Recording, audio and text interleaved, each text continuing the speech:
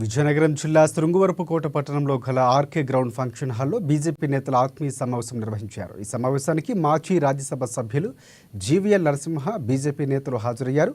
క్రియాశీలక సభ్యత నమోదుపై తగు పలు సూచనలు చేశారు. బీజేపీ పార్టీ మాజీ కోఆపరేటివ్ సొసైటీ అధ్యక్షులు కొట్యాడ లోకాభి రామకోటి సభ్యత్వం పొందారు. భారతీయ జనతా పార్టీలో ఆహ్వానించిన పెద్దలందరి వరకు లోకాభి రామకోటి పేరు పేరున ధన్యవాదాలు చెప్పారు. ఇక ఈ శృంగవరపుకోట నియోజకవర్గంలో బీజేపీ తరఫున ఏ పాత్ర పోషించినా గౌరవంగా స్వీకరిస్తారన్నారు. అదేవిధంగా నియోజకవర్గంలో భారతీయ జనతా పార్టీని బలోపేతం చేయడానికి కృషి చేస్తారని వెల్లడించారు.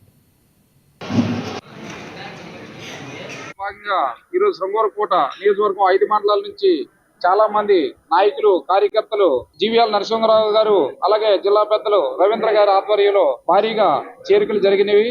అలాగే ఈ బీజేపీలో జాయిన్ అవ్వడం నాకు చాలా సంతోషకరంగా ఉంది.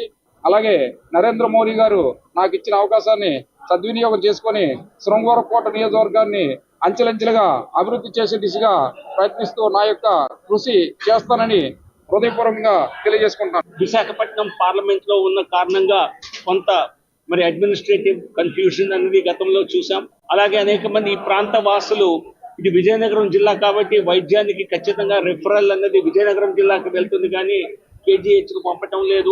అటువంటి సమస్యలు తలెత్తటం. ఎస్కోట్ లో మంచి రైల్వే స్టేషన్ అద్భుతంగా నిర్మాణం జరిగింది. నేను దాన్ని పరిశీలించడం కూడా జరిగింది, వెళ్ళటం జరిగింది. కానీ